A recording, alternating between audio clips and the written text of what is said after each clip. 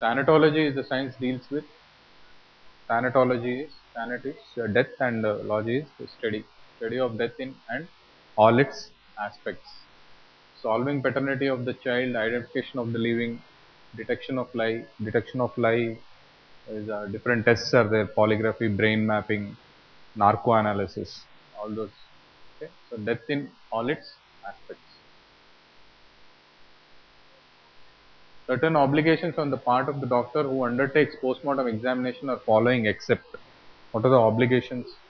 The examination should be meticulous and complete. All the postmortem examinations, all the medico-legal autopsies should be complete and meticulous. There is no role for partial autopsy. If the patients come and request you that you do only minimal surgery so that there is no disfiguration, it is not accepted. It should open all the. Meticulous is noting everything, doing it in detail. Okay, and that is meticulous.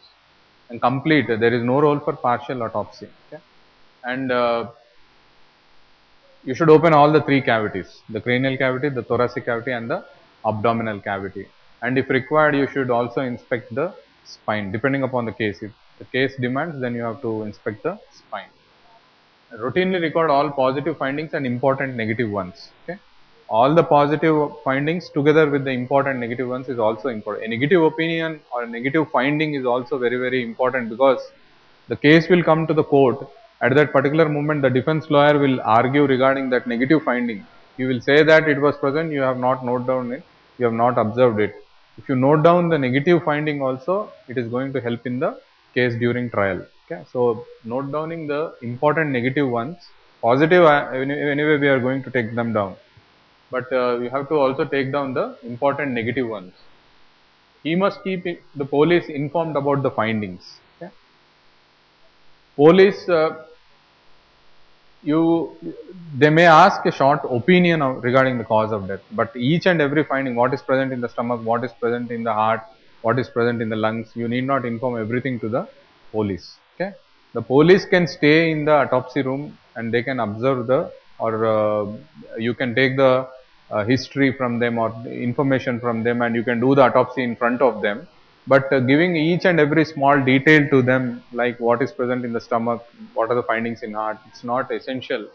But they may require sometimes a short opinion to start in the investigation. Okay, basic information like whether it is a homicidal attack or a suicidal attack, or basic information regarding whether what type of death is probable, most probable.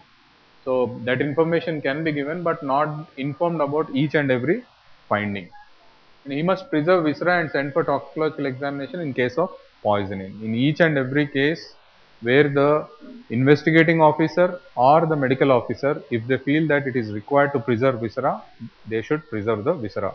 If the doctor feels that there is no requirement for preservation of viscera, even if the investigating officer, even if the police officer says that there is a requirement to preserve the viscera, he has to preserve the viscera. Okay. So keeping the police informed about the findings is not correct. You can only give an opinion, just a short opinion to the police. The dead body of a murdered person is brought for preservation in mortuary. Which of the following statements is not correct? The body should be stored averagely at 4 degrees centigrade. So to prevent the decomposition, to prevent the further degradation of the body should be stored averagely at 4 degrees centigrade. The body can be embalmed before postmortem. Embalming should be done before postmortem, or it should be done after postmortem? After postmortem, because embalming is a procedure where you are injecting some chemicals into the body to preserve the body. So there can be a toxicological analysis difficulty when you are doing it after the embalming, when you are doing the autopsy, or when you are collecting the viscera after the autopsy. These chemicals which you have introduced into the body for embalming will interfere with the actual poison. Okay, so and you are also going to give incisions. You are going to gain an access into the body to inject the embalming fluid. Okay, so that injuries may also cause some difficulty for other doctor who is doing the postmortem examination. Okay, so it should be, the embalming should be done after the postmortem examination is done. It should never be done before the postmortem examination. The body should be never undressed before the forensic doctor has seen it. So, the mortuary attendants, they cannot remove the dress and keep the naked body in the refrigerator. The body should be intact in the clothes, because some findings may be there on the clothing, like a stab injury will be there. If the stab injury is on the body, there should be a tear in the clothing. There should be a correlation between the tearing and in sexual offense cases there may be some stains. In poisoning there may be vomitus. Okay, all this will help in the examination or during the postmortem examination. So, the body should never be undressed before the forensic doctor has seen it. So, it is a true statement. The body can be stored at minus 20 degrees centigrade to preserve it for a longer duration. So, if you want to preserve the body for a longer duration, you are going to preserve it at a very low temperature. The routine temperature is 4 degrees centigrade, or it can also be stored at minus 20 degrees centigrade to preserve it for a longer duration. So, one of the most important point is the body embalming should be done only after doing the postmortem examination.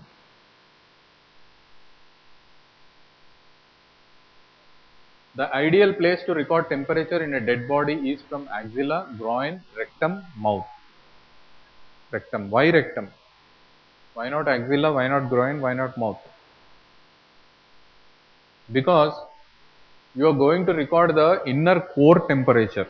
You are not going to take the surface temperature. The axilla, the groin are going to give you the surface temperature.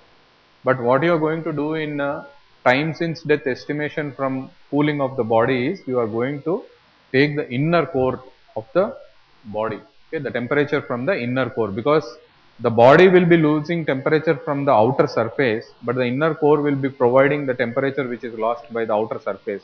So, initially there is a plateau phase, which is the compensatory phase, where the temperature from the inner core of the body is given to the outer surface, and after that when the inner core and outer surface are at a equal level, then the fall of temperature starts. Okay. Till that there is a initial plateau phase and then the fall and then again a plateau phase, the sigmoid curve which is observed in the cooling of the body.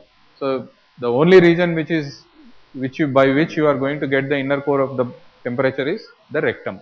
Otherwise, what are the other regions where you can take the body temperature from?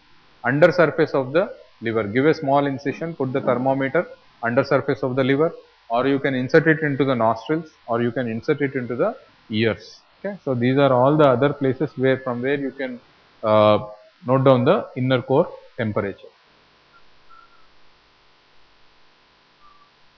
When a surgeon wants to send the autopsy specimen for virological examination, it should be preserved in glycerin, formalin, rectified spirit, saturated solution of common salt. Virological examination, formalin is a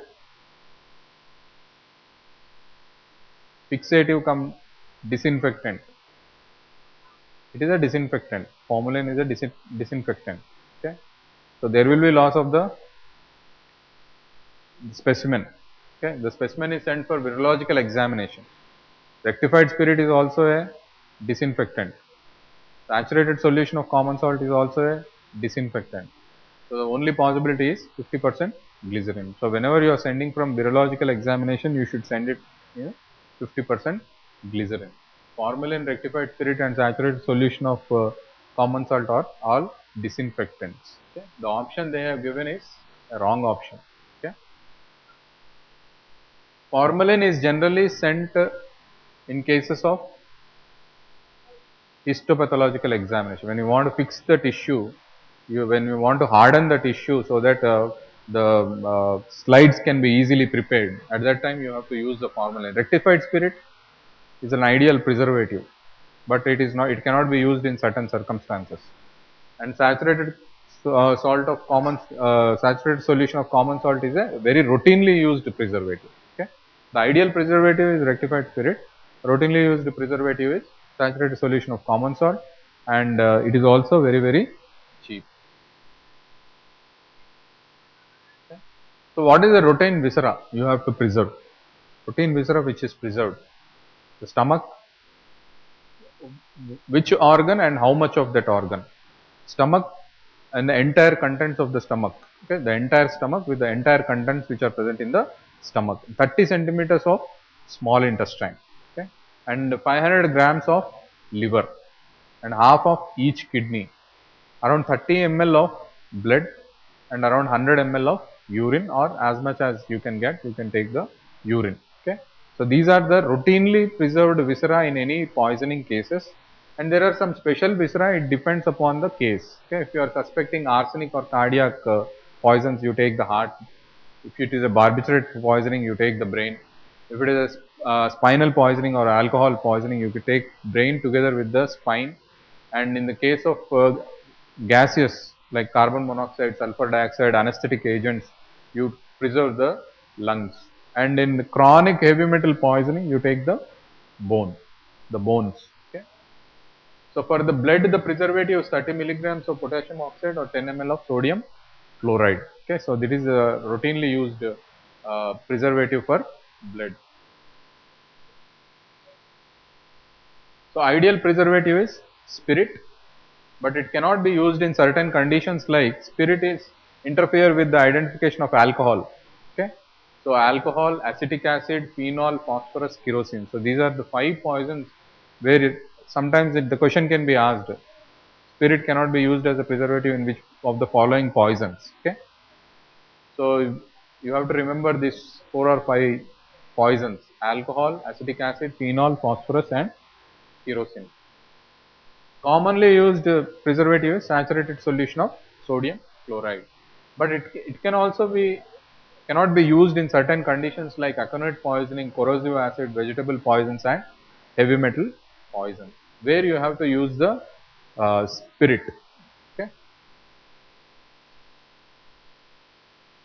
Preservation of brain is not required in alkaloid poisoning, organophosphorus poisoning, volatile organic poisoning or heavy metal poisoning. Okay.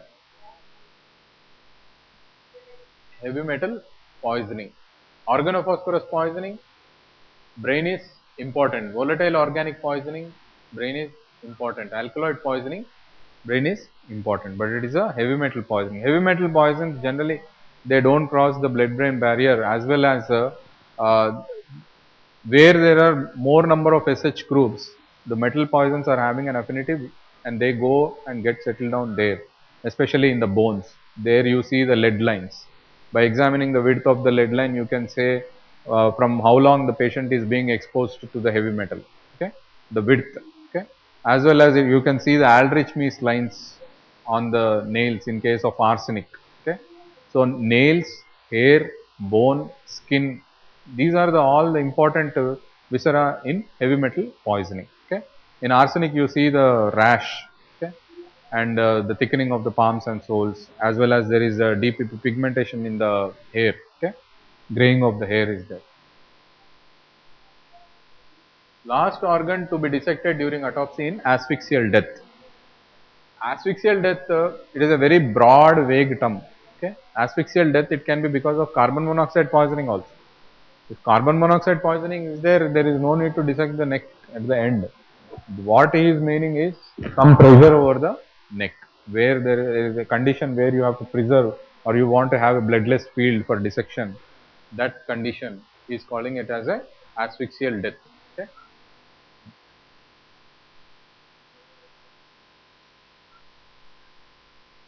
In autopsy, preservative used for vitreous is chloride, HCl, phenol, xylol. So, vitreous is generally used for estimation of alcohol. You don't routinely take the vitreous. Okay, vitreous is generally taken for estimation of alcohol. If at all it is taken for alcohol, or sometimes it is taken for estimation of time since death by calculating the minerals or mineral levels in it. Okay.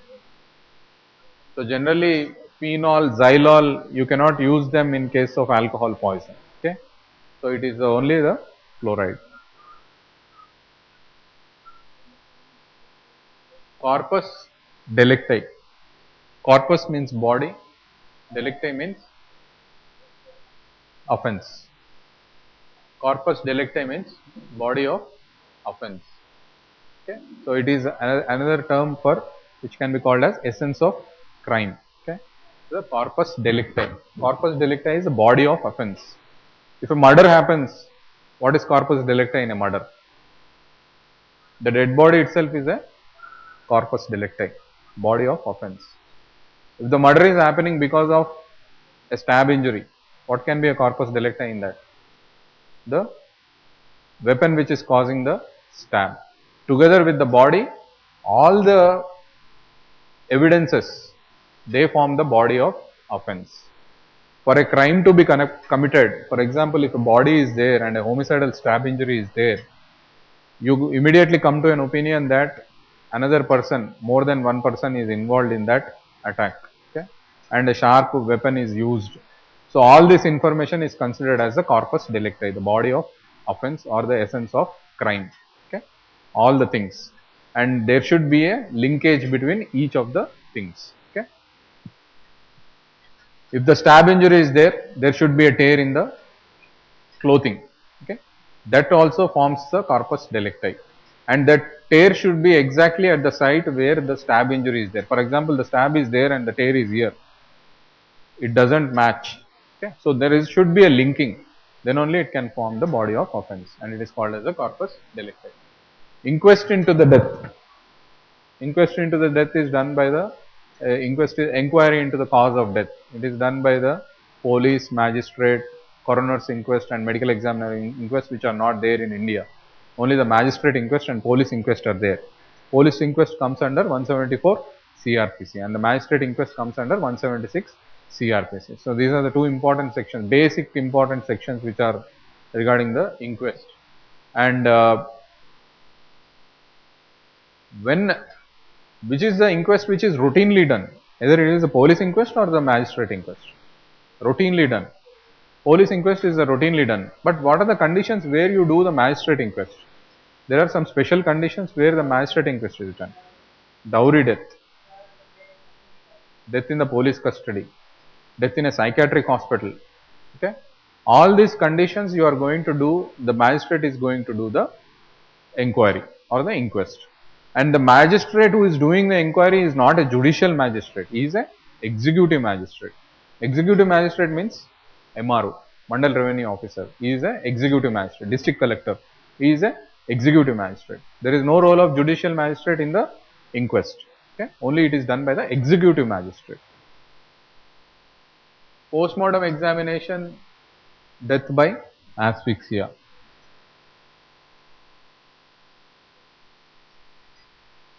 Study of death in all its aspects is thanatology. Ornithology, the study of birds. Odontology, teeth. And trichology is hair. Constituents of a typical embalming solution are all except phenol, glycerin, formalin, ethanol. Phenol is there or not? If you don't know, we'll keep it aside. Glycerin, formalin, formalin is definitely there. Okay. Ethanol, ethanol is there. Sure. What is the role of formalin? Formalin is a disinfectant and fixative. Glycerin, it reduces the surface tension and increases the penetration of embalming fluid into the tissue spaces. Okay. So that is the role of glycerin. Phenol and ethanol, they are, you have a doubt regarding them because we don't find them generally in the, but either it is a phenol or ethanol. So it is a phenol is generally not used. Ethanol can also be used as a routine typical embalming solution. So this is a typical embalming solution for a adult weighing around 70 kgs. Okay. So the formalin is 1.5 liters and it is a disinfectant as well as a fixative. Sodium borate, sodium citrate, these are the, they regulate the pH. Okay. They regulate the pH. They maintain the pH of the embalming fluid. Glycerin, it decreases the surface tension and increases the penetration. Sodium chloride is another disinfectant, as well as eosin is a staining agent. It gives the When you introduce the embalming fluid into the body, there is a discoloration in the body, black discoloration. To prevent that black discoloration, eosin is given, so that the reddish tinge is maintained on the body. Wintergreen is for the odor. And water, you mix all these things and make a around the embalming fluid is made around 10 liters. Okay, so 10 liters of embalming fluid is given for a person weighing around 70 kgs. Okay, so in this you don't find ethanol, as well as you don't find phenol. Ethanol and phenol both are not there. This is a typical embalming fluid. There is no ethanol and there is no phenol, but sometimes there can be usage of the ethanol.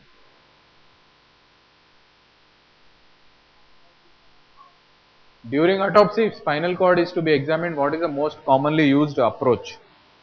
If you want to use the spinal cord, if you want to inspect the spinal cord, how are you going to approach to the spinal cord during the autopsy examination? Posteriorly, very good. So it is not after removing all the gastrointestinal contents, you are not going to go through the abdomen. You are going to put the body in a prone position and you are going to dissect the body from behind. Okay, so the posterior approach is done for the examination of spine. Okay.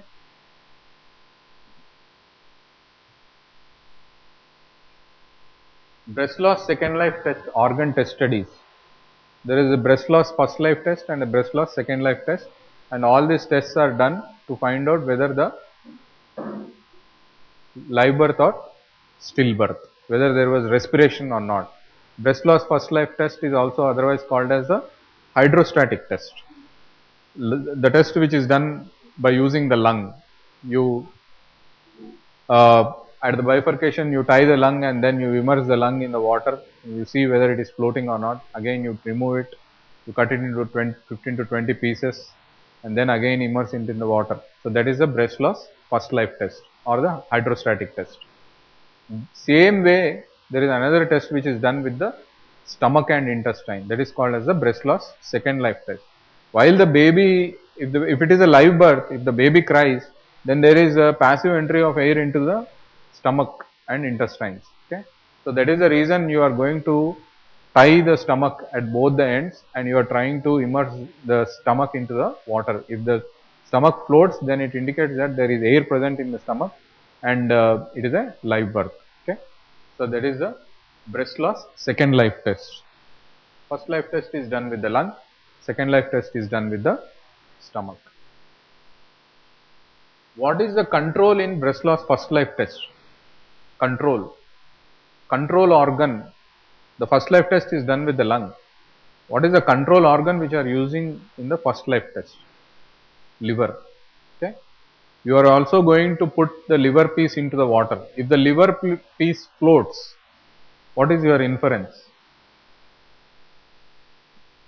The lung pieces are floating as well as the liver piece is floating. If the lung pieces are floating, you will infer that there is a respiration. If the liver is also floating, how can air enter into the liver? It is a false positive. It is because of the decomposition. Because of decomposition in the fetus, there is air formation in the liver, and because of that air formation, the liver piece is also floating. So when the liver piece floats, there is no value for the hydrostatic test or the breast loss first life test.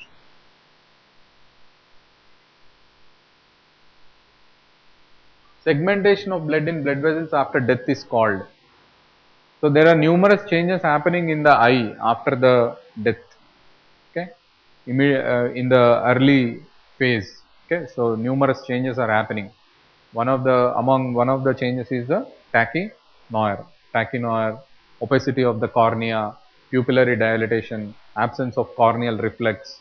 All these are the changes. Together with that, trucking sign or segmentation of blood vessels is seen in the retinal vessels, which can be observed by the retinoscope. Okay, so the other name for that particular sign is called as the Kevorkian sign. Rokitansky sign or Rokitansky technique is there. The technique of autopsy, different techniques of autopsy are there. Letul's technique, Rokitansky technique. Okay, Virchow's technique, okay, where you in one of the technique you remove the all the organs en bloc, okay, from base of the tongue till the rectum you remove all the organs, okay. In another type of dissection you only do the dissection inside the body, okay. So that is regarding the Rokitansky sign, okay. Tachynoid is a triangular yellowish triangles on either side of the cornea, okay, and this is because of the deposition of debris. Whenever a person dies and the eyes are open, there is a corneal drying is there. After some time, there is deposition of dust on either side of the cornea in the form of two yellow color triangles, and over a period, this yellow triangles they change to brown and then black. Okay? So that is the tachynoid. The last one I don't have any idea about that.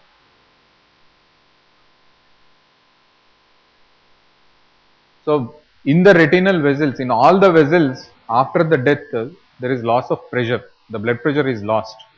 So what happens is, there will be an air column alternating with the blood column. That is called as the segmentation of blood vessels.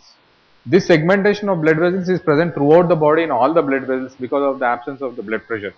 But it can be easily observed in the retinal vessels by a retinoscope. Okay? So it is a early sign of death.